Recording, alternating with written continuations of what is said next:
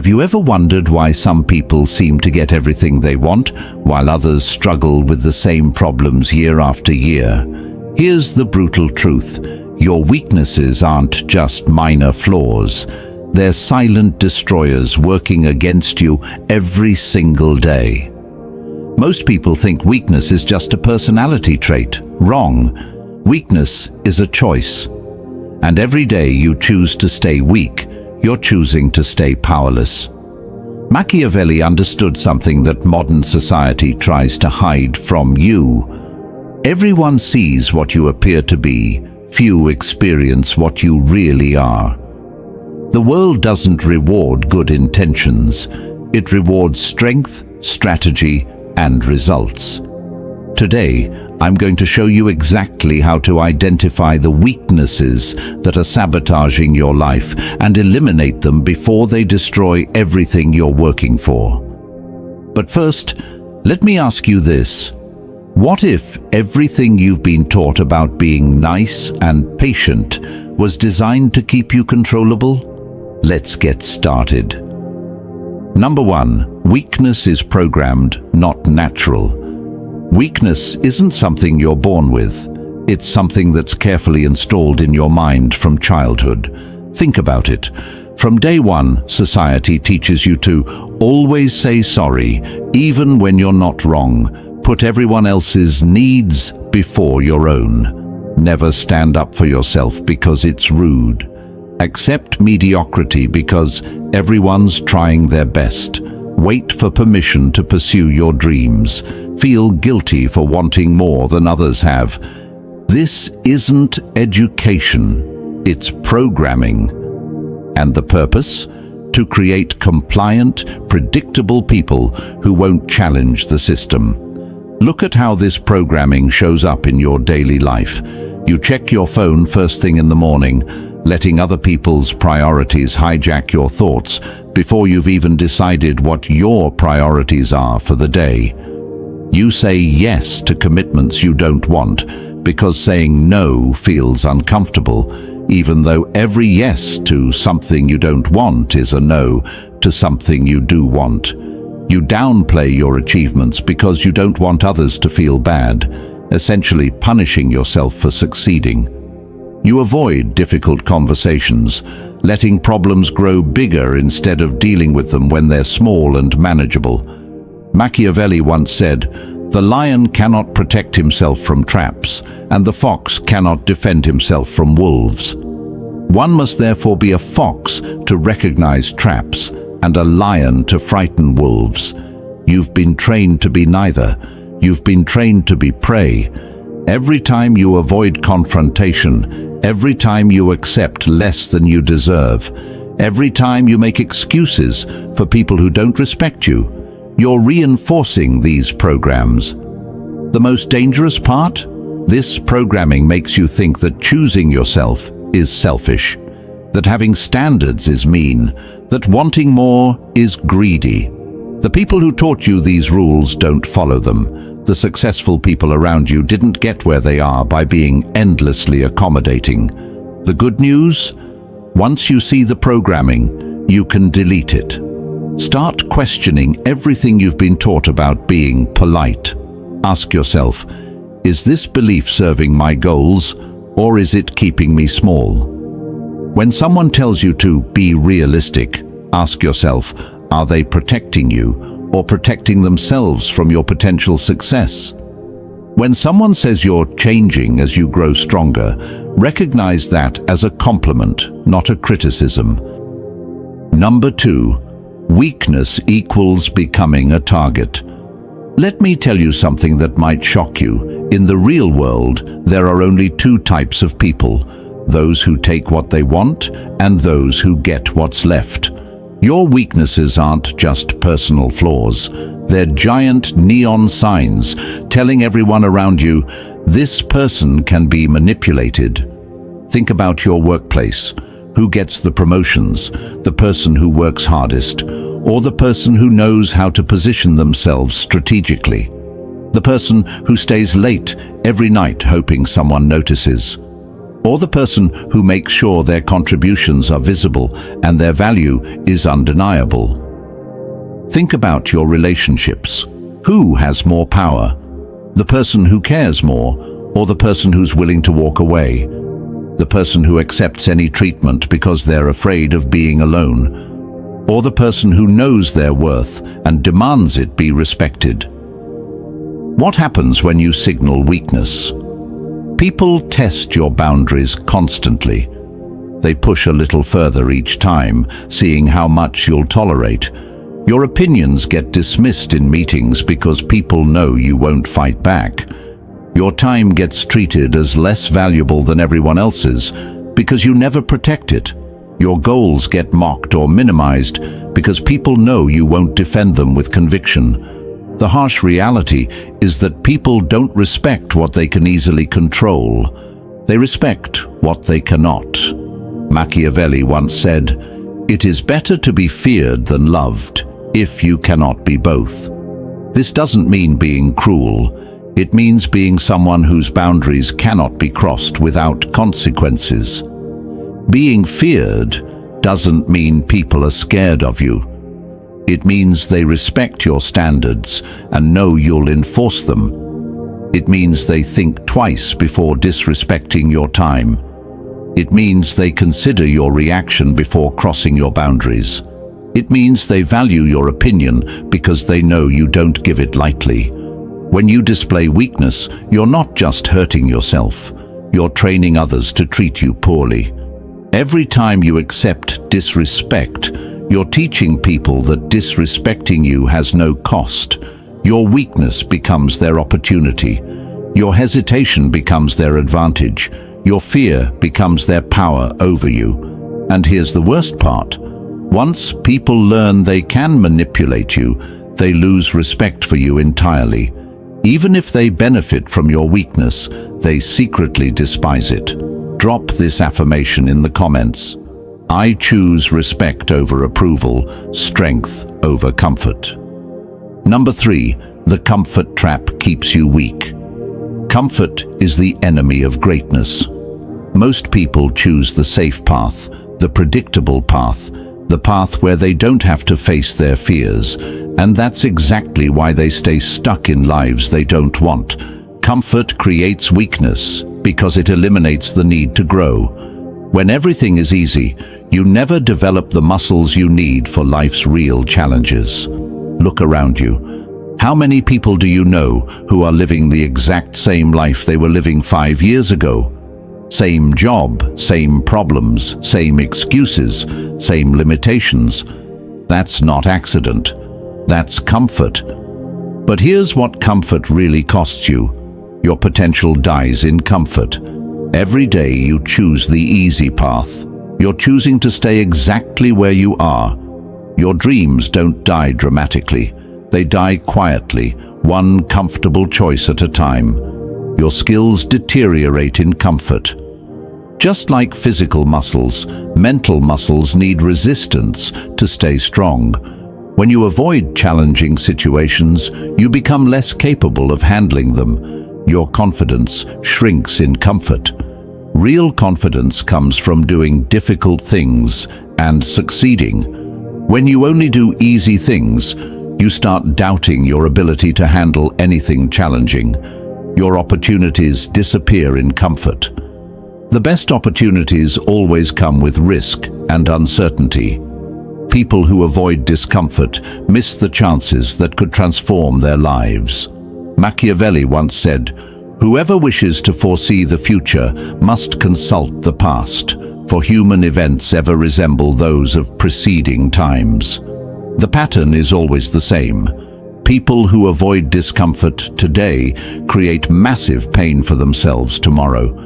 The person who avoids difficult conversations ends up in a relationship that slowly destroys their self-respect. The person who avoids career risks ends up watching younger, hungrier people get promoted past them. The person who avoids physical discomfort ends up with a body that can't keep up with their ambitions. The person who avoids emotional discomfort ends up living a life that feels safe but empty. Every successful person you admire has one thing in common. They learned to be comfortable with being uncomfortable. They took the phone call that scared them. They had the difficult conversation. They made the move that everyone said was risky. They invested in themselves when they couldn't afford to. They started before they felt ready. While others were choosing comfort, they were choosing growth. The more you embrace discomfort in service of your goals, the more comfortable your life actually becomes, because you develop the confidence and skills to handle whatever life throws at you. I want you to drop this affirmation in the comments. I embrace discomfort as the price of my evolution. Number 4, the 4 lies that destroy your power. Let me expose the 4 biggest lies that are keeping you powerless.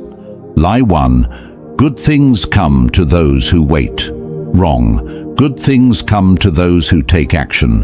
While you're waiting for the right time, someone else is taking what could have been yours. Lie 2, everyone deserves respect.